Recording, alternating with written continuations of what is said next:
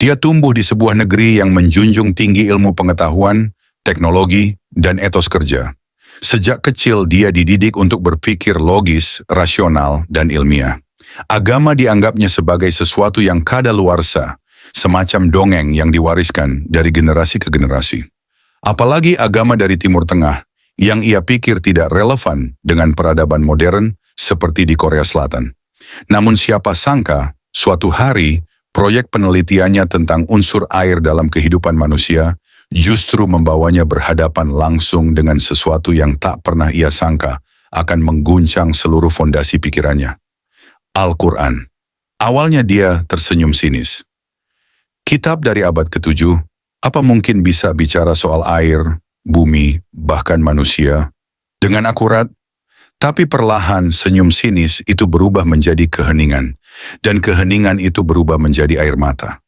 Bukan karena ketakutan, tapi karena sesuatu yang lebih dalam, kebenaran yang tak bisa disangkal. Bagaimana mungkin ayat-ayat dalam Al-Quran mampu menyentuh inti penelitian sains modern? Apa yang ditemukan sang ilmuwan cantik asal Korea ini dalam ayat tentang air, bumi, dan manusia? Dan bagaimana ayat-ayat itu mengubah hidupnya untuk selamanya? Kisah ini bukan sekadar kisah mu'alaf, tapi sebuah perjalanan intelektual yang berakhir dengan sujud. Jangan kemana-mana. Karena di bab pertama nanti, kita akan melihat bagaimana proyek riset kecil di sebuah laboratorium elit Korea Selatan justru membuka tabir yang selama ini tak pernah ia sangka akan ia hadapi. Makna hidup yang sesungguhnya.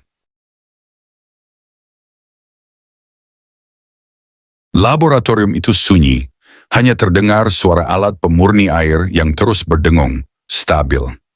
Di salah satu sudut, seorang wanita muda tengah menatap layar mikroskop canggih dengan wajah serius.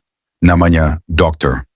Hana Ji-woo, seorang ahli biokimia lulusan Seoul National University, yang kini menjadi peneliti utama dalam proyek nasional tentang struktur molekuler air dan hubungannya dengan sel manusia. Penelitiannya difokuskan pada satu pertanyaan, sederhana namun mendalam. Apa peran air dalam komunikasi antar sel manusia? Selama berbulan-bulan, Ji-woo mengamati reaksi-reaksi air terhadap berbagai rangsangan, dari suara, suhu, hingga gelombang elektromagnetik. Ia menemukan bahwa air ternyata menyimpan pola tertentu yang bisa berubah tergantung pada kata-kata atau frekuensi suara yang diterimanya. Namun di tengah tumpukan data dan grafik yang kompleks, ada satu fenomena yang tak bisa ia jelaskan. Ia menyebutnya anomali kristal. Air yang diperdengarkan suara musik klasik menghasilkan bentuk kristal yang simetris. Tapi ada satu suara yang memberikan bentuk kristal paling sempurna, paling harmonis dan paling stabil dari semua percobaan. Bacaan ayat Al-Quran. Awalnya Ji-woo mengira itu hanya kebetulan. Ia pun meminta rekannya, seorang mahasiswa PhD Muslim asal Malaysia, untuk mengulangi eksperimen dengan suara lain.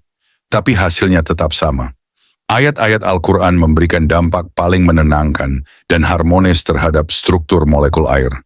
Bagaimana bisa? Gumam Ji-woo sambil menatap monitor. Ini hanya bahasa, ini hanya suara. Kenapa molekul air bisa merespons? Rasa penasarannya makin besar. Dia tahu bahwa jawaban ini tidak bisa ditemukan di jurnal ilmiah biasa. Maka ia mulai membuka sumber yang selama ini tak pernah ia sentuh, Al-Quran itu sendiri. Dan disitulah semuanya mulai berubah.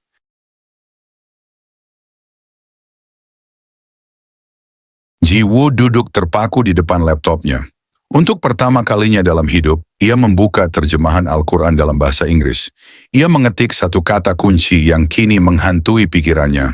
Water, air. Hasil pencarian membuatnya terdiam. Ternyata kata air disebutkan lebih dari 60 kali dalam Al-Quran. Tapi bukan itu yang membuatnya bergidik, melainkan cara air dibahas. Bukan seperti cerita mitos atau legenda, melainkan dengan nada penuh presisi ilmiah. Satu ayat menghentak kesadarannya. Dan kami ciptakan dari air segala sesuatu yang hidup. Quran Surat Al-Anbiya 30. Ayat segala yang hidup. Dari air, Ji-woo mengulang perlahan. Ayat itu terasa seperti kutipan dari jurnal biologi modern. Karena memang bukankah sel hidup, struktur dasar makhluk hidup, tersusun hingga 70% dari air? Bahkan air menjadi media utama dalam semua proses biologis dalam tubuh. Semakin ia baca, semakin gelisah ia dibuat. Ada ayat lain yang menyebut air turun dari langit, meresap ke dalam tanah, dan menjadi sebab tumbuhnya kehidupan. Dialah yang menurunkan air dari langit untuk kamu, sebagiannya menjadi minuman, dan sebagiannya menyuburkan tumbuh-tumbuhan. Quran Surat An-Nahl ayat 10-11. Ji Wo menatap jendela. Di luar hujan rintik mulai turun. Ia tersenyum getir. Kitab dari abad ke-7, tapi kenapa isinya seakurat ini? Ia makin penasaran. Apakah mungkin ada keterhubungan antara air, bumi, dan manusia sebagaimana disebutkan dalam Al-Quran? Apakah ada ayat lain yang menyambung anomali kristal yang ia temukan dalam laboratoriumnya? Dalam pencariannya, ia menemukan satu fakta yang mengejutkan lagi. 70% tubuh manusia terdiri dari air, dan 70% permukaan bumi juga ditutupi oleh air. Apakah itu kebetulan? Atau sebuah sinyal tersembunyi yang telah diungkap 14 abad lalu? Pertanyaan itu menghantuinya, tapi belum ada jawaban. Yang ada hanya rasa haus untuk tahu lebih dalam. Dan itulah yang membawanya ke bab selanjutnya, di mana Ji Wo mulai menyelami makna manusia dan penciptaannya dalam perspektif Al-Quran.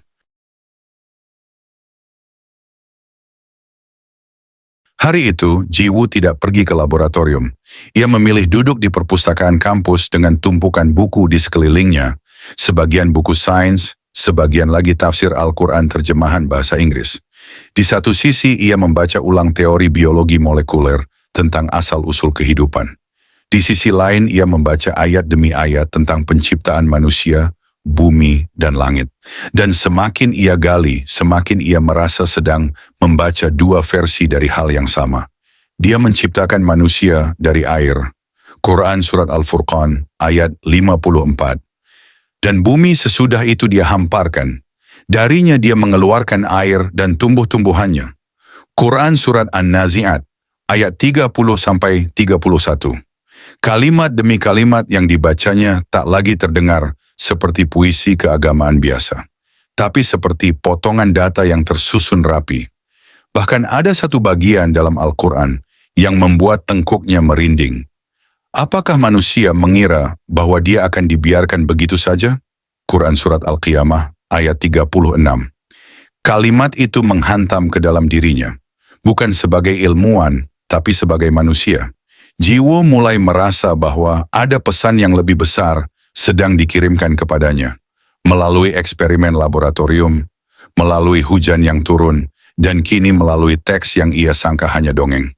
Ia mulai bertanya, bagaimana mungkin kitab dari abad ke-7 tahu bahwa manusia berasal dari setetes cairan, seperti disebutkan dalam Quran Surat Al-Insan, ayat 2, kenapa struktur tubuh manusia, air dan bumi, tiga hal yang terlihat terpisah, ternyata dihubungkan secara serasi dalam Al-Quran. Apakah ini hanya kebetulan, atau memang ada desain di balik segalanya? Dan di tengah keraguan itu, Ji Wo membuat keputusan yang akan mengubah arah hidupnya. Ia akan menguji Al-Quran, bukan sebagai kitab suci, tapi sebagai hipotesis ilmiah. Bukan untuk membuktikan kebenaran iman, tapi untuk mencari apakah benar ada keteraturan ilmiah yang tak bisa dijelaskan secara acak. Dan uji pertama yang ia pilih adalah penciptaan manusia. Sebuah misteri biologis yang selama ini menjadi fokus para ilmuwan, dan ternyata telah dibahas dalam Al-Quran dengan cara yang tak pernah ia duga. Pagi itu Ji Wo kembali ke laboratorium dengan sebuah misi pribadi. Ia ingin menguji klaim Al-Quran tentang asal-usul manusia secara biologis. Ayat yang paling mengusiknya berbunyi, bukankah dia, manusia berasal dari setetes mani yang ditumpahkan? Quran Surat Al-Qiyamah ayat 37.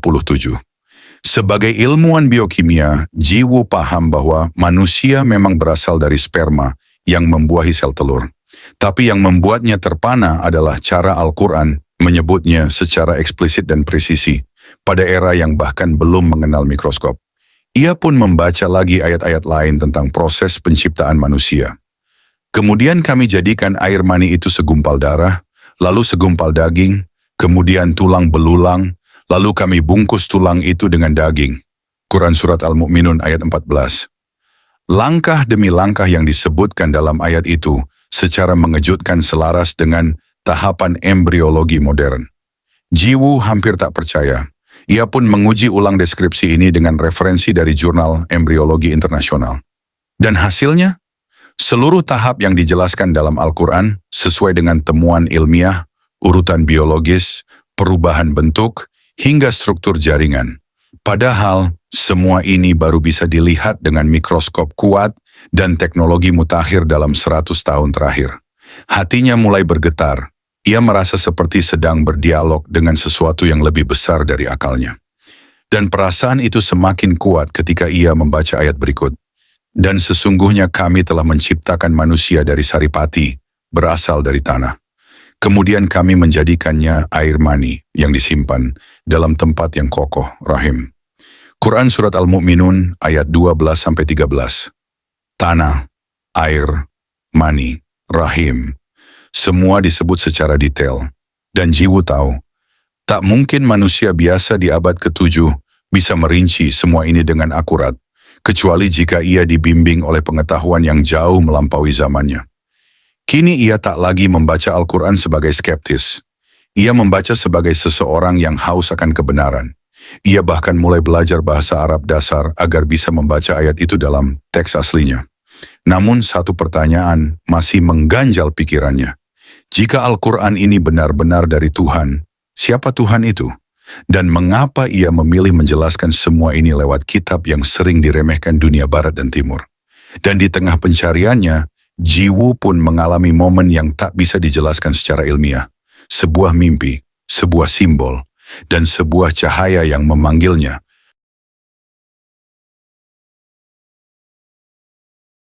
Malam itu, Jiwu tidur dengan hati penuh kegelisahan. Selama berbulan-bulan ia berkutat dengan data, ayat dan analisis. Ia sudah membaca puluhan halaman tafsir, membandingkan dengan jurnal sains, bahkan berdiskusi dengan beberapa profesor lintas agama. Tapi tetap saja, ada ruang kosong yang tak mampu diisi oleh logika. Dan malam itu, sesuatu yang tak terduga terjadi. Dalam mimpinya, Jiwu melihat dirinya berada di tengah padang pasir yang luas dan sunyi. Tak ada suara, tak ada warna, kecuali langit yang biru kelam.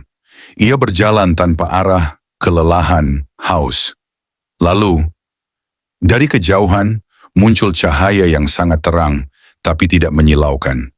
Dari cahaya itu, terdengar suara lembut namun tegas, membacakan ayat-ayat dalam bahasa Arab yang belum pernah ia dengar sebelumnya. Tapi entah kenapa terasa sangat akrab, menyentuh sesuatu yang dalam dirinya. Ketika ia terbangun, matanya basah oleh air mata. Dan yang membuatnya semakin terkejut adalah, ia masih bisa mengingat bunyi ayat yang dibacakan dalam mimpi. Ia buru-buru mencarinya dengan bantuan aplikasi terjemahan Al-Quran. Ternyata, itu adalah ayat ini. Maka hadapkanlah wajahmu kepada agama yang hanif, lurus. Tetaplah atas fitrah Allah yang telah menciptakan manusia menurut fitrah itu. Quran Surat Ar-Rum ayat 30. Jiwu terpaku. Ayat itu berbicara langsung tentang fitrah manusia, tentang kebenaran yang sudah tertanam jauh di dalam hati manusia sejak ia diciptakan. Ayat itu seolah berkata, kau sudah tahu dari awal, ini bukan tentang logika, ini tentang nurani yang mulai terbangun. Malam itu, Jiwu tidak tidur lagi. Ia duduk di lantai kamarnya, membuka mushaf digital, dan untuk pertama kalinya ia membaca Al-Quran, bukan untuk menguji, tapi untuk mendengar. Dan ketika ia sampai pada ayat, sesungguhnya orang-orang yang beriman itu hanyalah mereka yang apabila disebut nama Allah, gemetarlah hati mereka. Quran Surat Al-Anfal ayat 2. Dadanya bergetar. Ia menutup laptopnya pelan. Lalu dengan suara lirih dan air mata yang tak terbendung, ia berkata dalam bahasa Korea, Tuhan, aku tahu sekarang, Engkaulah yang selama ini menuntunku lewat semua data itu. Dan malam itu, tanpa sorotan kamera, tanpa saksi, tanpa formalitas, Dr. Hana Jiwu bersyahadat, berserah kepada kebenaran yang tak bisa lagi ia sangkal. Setelah bersyahadat diam-diam di kamarnya, Jiwu merasa seolah seluruh beban dalam dadanya runtuh. Tapi bersamaan dengan itu, muncul pula pertanyaan yang menghantam dari dalam dan luar dirinya. Kenapa Islam? Kenapa bukan agama lain? Sebagai ilmuwan yang rasional, Ji Wu tak ingin keputusannya dianggap emosional semata.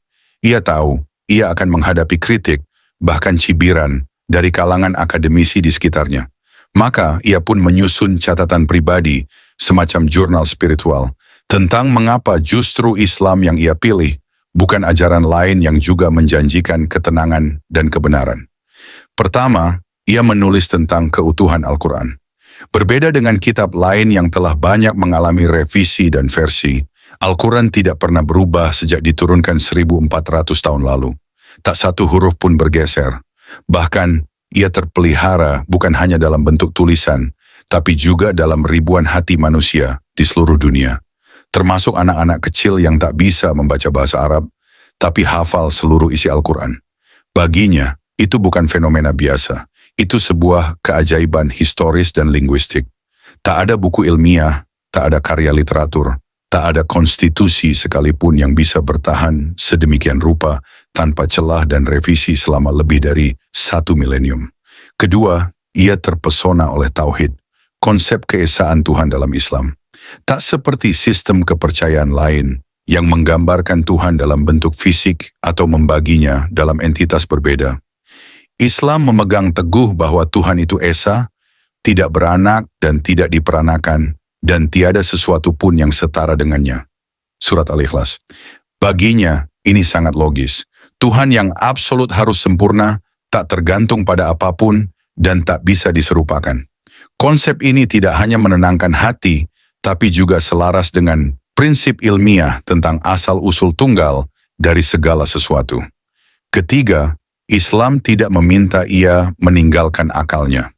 Justru Al-Quran memerintahkan manusia untuk berpikir, merenung, meneliti, dan memperhatikan alam. Ayat-ayat seperti, sesungguhnya pada penciptaan langit dan bumi, dan pergantian malam dan siang, terdapat tanda-tanda bagi orang yang berakal. Quran Surat Ali Imran 190. Memberinya keberanian untuk tetap jadi ilmuwan, tanpa merasa bersalah karena beriman. Dan terakhir, karena Islam menjawab pertanyaan terdalam manusia. Siapa aku? Untuk apa aku hidup?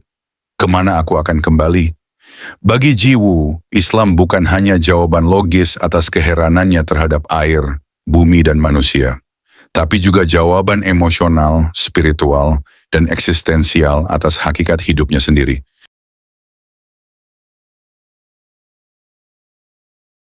Perjalanan itu bukan tanpa risiko. Setelah mengikrarkan keislamannya, Ji Wu mulai merasakan tekanan yang nyata. Rekan-rekan sepenelitiannya menyambut perubahan dirinya dengan tatapan aneh, bisik-bisik mulai terdengar di koridor kampus. Bahkan, dosen pembimbingnya pernah secara langsung berkata, "Kau benar-benar percaya pada kitab kuno? Bukankah kau ilmuwan?" Namun Ji Wu tidak gentar. Ia menjawab dengan tenang, "Justru karena aku ilmuwan, aku tidak bisa menolak kebenaran yang paling logis dan paling dalam ini." Ia mulai mengenakan hijab. Awalnya gemetar, takut dipandang aneh. Tapi anehnya, semakin ia menutup auratnya, semakin ia merasa terbuka. Bukan secara fisik, tapi secara batin. Ia merasa bebas dari penilaian, bebas dari tuntutan tampil sempurna, dan untuk pertama kalinya, bebas menjadi dirinya sendiri. Suatu hari dalam sebuah forum riset internasional, Ji Wu diundang untuk menyampaikan hasil penelitiannya tentang respon molekul air terhadap suara. Di hadapan ratusan ilmuwan, ia memperlihatkan hasil uji laboratoriumnya, termasuk efek luar biasa dari bacaan ayat Al-Quran terhadap struktur molekul air. Saat presentasinya selesai, ruangan hening. Salah satu peserta bertanya, "Apakah kau bermaksud mengatakan ini adalah efek dari agama?" Ji Wu tersenyum. Ia menjawab, "Saya hanya menyampaikan data. Tapi jika suara dari Al-Quran bisa menata air dengan begitu indah, mungkinkah ia juga bisa menata hati manusia?" Dan sejak saat itu, Ji Wu tak lagi menyembunyikan identitasnya. Ia mulai aktif berbagi kisah perjalanannya. Bukan untuk mengajak orang masuk Islam secara paksa, tapi untuk menyampaikan satu pesan penting. Kebenaran itu bukan untuk ditakuti, tapi untuk diterima, meski awalnya kita membencinya. Kini, Ji Woo telah menjadi simbol inspirasi di kalangan ilmuwan muda Korea Selatan yang mulai berani membuka mata terhadap Islam. Ia mengajar, meneliti, dan terus belajar Al-Quran. Bukan sekadar sebagai kitab suci, tapi sebagai peta kehidupan. Dan setiap kali ditanya apa yang paling ia syukuri dalam hidup, ia hanya menjawab sederhana. Karena Allah mempertemukanku dengan ayatnya, lewat air, maka aku pun menangis. Karena ternyata dari sanalah hidupku bermula, dan di sanalah aku kembali.